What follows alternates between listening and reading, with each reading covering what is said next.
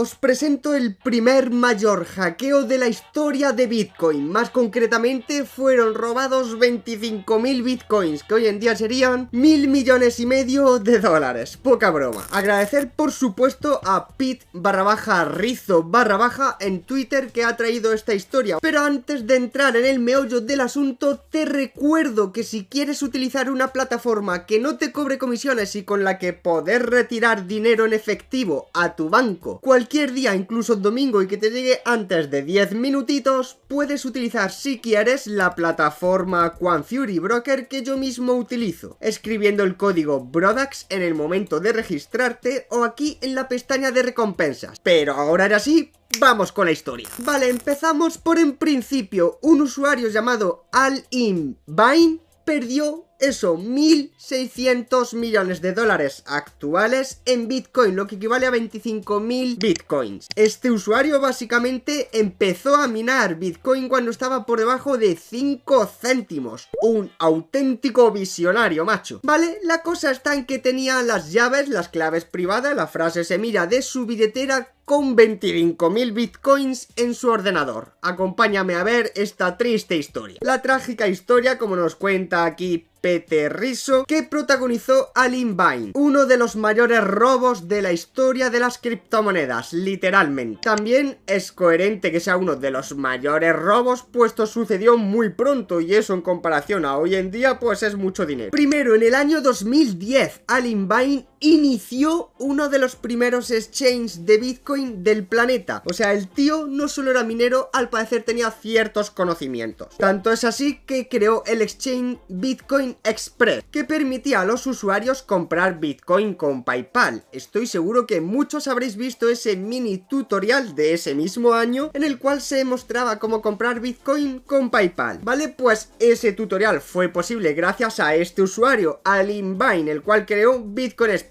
Más concretamente vendió 1.000 Bitcoins por 5 dólares. Eso supone un precio de 0,005 dólares por cada Bitcoin. Aquí tenéis una imagen de cómo era por aquel entonces ese exchange, muy rudimentario, incluso tenía el logo antiguo de BTC. Podemos ver aquí, se venden 1.000 Bitcoins a 4,95 y los compras esos 1.000 Bitcoins a 5,95. Obviamente el tío sacándose su cacho de comisión, como es normal. Alim_Bain también era un minero dedicado de Bitcoin, como hemos dicho al principio del vídeo, armando solo con su ordenador portátil. Quien lo pillase eso hoy en día generaba por bloque 50 Bitcoins, que era lo normal por aquel entonces. Eso supone unos 1.200 Bitcoins por cada día. ¡Madre de Dios! Está claro que este usuario ya está completamente retirado de la vida, independientemente de lo que le haya pasado después. Aquí tenemos pues eso, una imagen ya del año 2011 del foro mítico de Bitcoin Forum, en el que explica que bueno, recientemente con la subida de la dificultad de minado de Bitcoin ya no le era rentable minar Bitcoin con su portátil. ¡Tócate las narices! Por lo que en lugar de eso se dedicaba básicamente a comprarlo. El tío dice: recuerdo esos viejos tiempos en los que solía generar 50 Bitcoin por bloque cada hora. ¡Qué buenos días antiguos! Madre mía, hermano, si supieses cómo está hoy la vida, aunque prácticamente seguro que ya lo sabes. Y así se veía básicamente el software de minado de Bitcoin de aquella época, en el que Alim_Bain todavía por aquel entonces podía utilizar el ordenador desde su casa, generando Bitcoin solo por presionar un botoncito, este de aquí, el botón de empezar a minar. Claro, el tema está que para el año 2011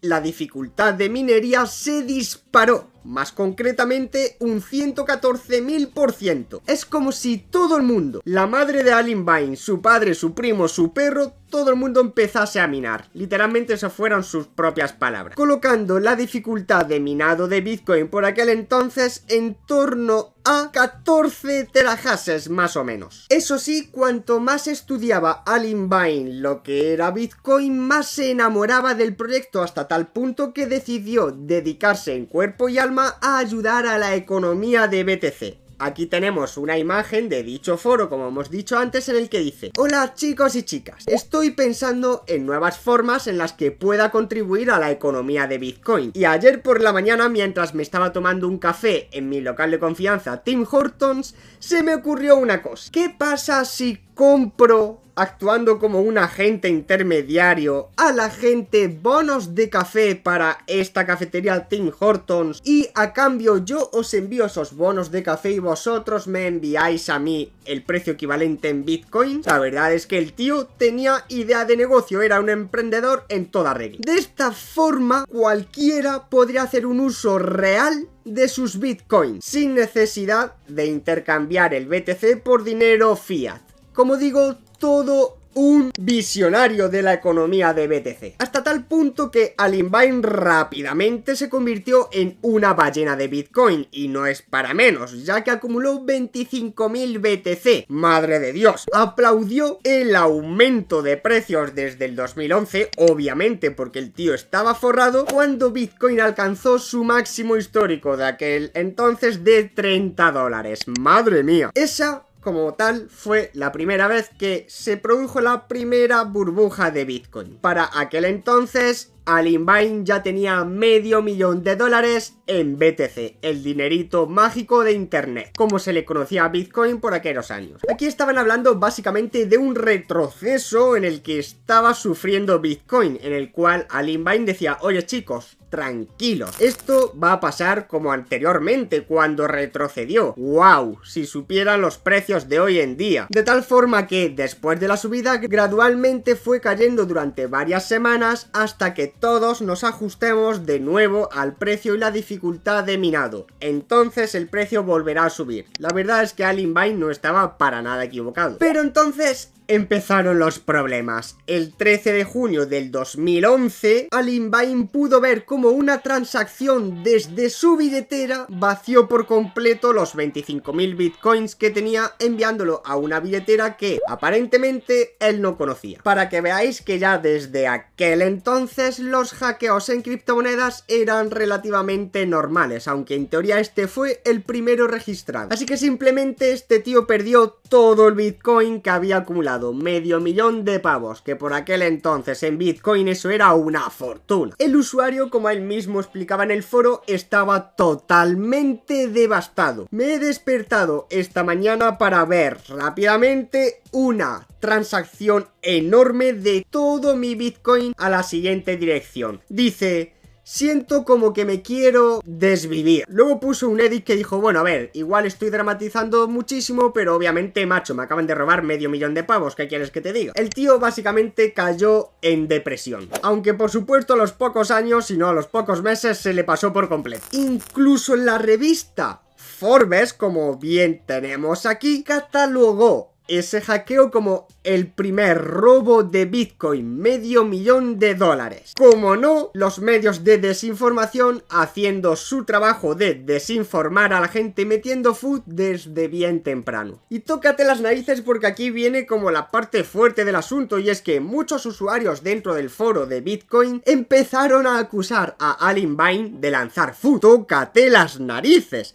Te acaban de robar $500.000 y te dicen que estás metiendo food, pero ¿qué cojones quieres? Lo bueno es que aquí ponía: seguro que Alinbain provocó todo esto a propósito y realmente no le han robado nada, simplemente es una historia que se ha montado para meterle food a Bitcoin y así exaltar las virtudes del dinero fiat y los bancos. Pero vamos a ver, hijo mío, si fue el primero que se interesó literalmente en crear una economía real con el uso de Bitcoin. El tío perdió $500.000, te está contando la historia de cómo le estafaron $500.000. ¿Cómo no quieres que lance food? No es food, literalmente fue un robo que sufrió. Seguro que a ti si te roban $500.000 allá en el 2011, dices: bueno, a ver, no pasa nada, Bitcoin es maravilloso, me han robado $500.000, pero no pasa nada. Vamos a ver, tío, un poquito de cordura. Siguiendo un poquito con la historia, ¿qué es lo que pasó realmente? Según dice Alinbain, fue culpa suya. evidentemente, ya que las malas prácticas de la seguridad con respecto a su billetera fueron los culpables. Literalmente él dijo: fui un estúpido por mi parte en confiar tanto en mi propia seguridad. Y es que, conforme él mismo explica, tenía sus frases semillas no solo alojadas en su ordenador, sino que encima subidas en la nube. Literalmente tenía copias de seguridad en Dropbox, en Walla y en SpiderOak, que son básicamente, pues eso, plataformas de almacenamiento en la nube.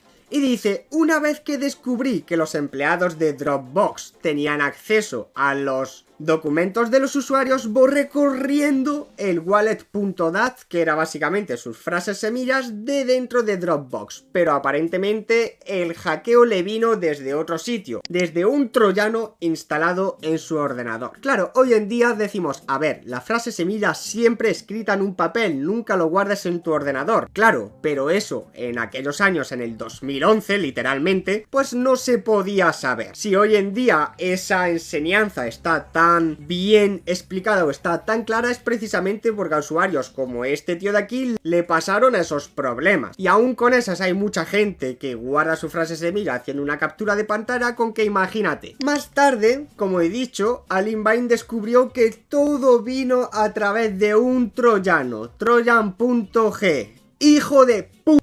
Dice literalmente Alinbain. Y este troyano no era más que un software de minería de Bitcoin disfrazado. Vamos, una especie de phishing, si lo queréis ver así. Por eso, precisamente, insisto una vez más, es tan importante que guardes tus frases semilla en un papel fuera de internet. Extremadamente importante, tío. Pero no te preocupes por el usuario Alinbain, faltaría más, ya que el tío no se detuvo, incluso por haber sufrido un hackeo. Es más, se mantuvo completamente activo en el ecosistema de Bitcoin, hasta tal punto que creó un negocio de minería alojada en la nube otra vez, pero en este caso de minería, llamado CryptoBoras. Básicamente el tío hizo todo lo posible por recuperar, evidentemente, sus ahorros. Así que, a modo resumen de la historia, tenemos uno de los primeros mineros de Bitcoin hackeados, una de las primeras personas que se interesó en crear economía real en Bitcoin. Y punto número 3, una de las mejores enseñanzas en cuanto a la experiencia para que todos y cada uno de nosotros sigamos a rajatabla la regla de la autocustodia de: guarda tu frase semilla, guarda tus llaves en un lugar fuera de internet. No vale una captura de pantalla con el teléfono, obviamente no vale guardarlo en el ordenador, tiene que ser fuera de internet, porque si no te puede pasar como a Alinbain, que básicamente te lo roben todo. Como digo, no os tenéis que preocupar por este usuario, ya que si tuvo la fortuna o la habilidad de encontrar Bitcoin tan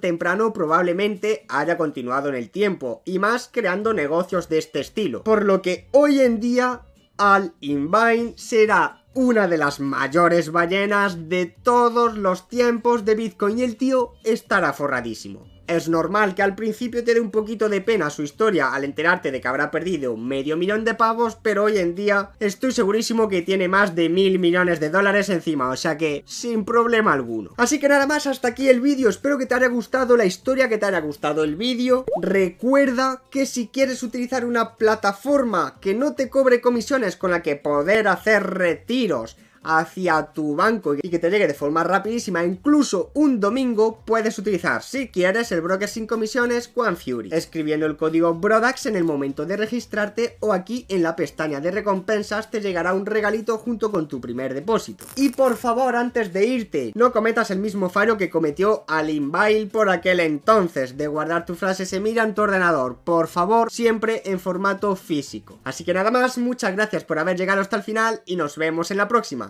Chao, chao.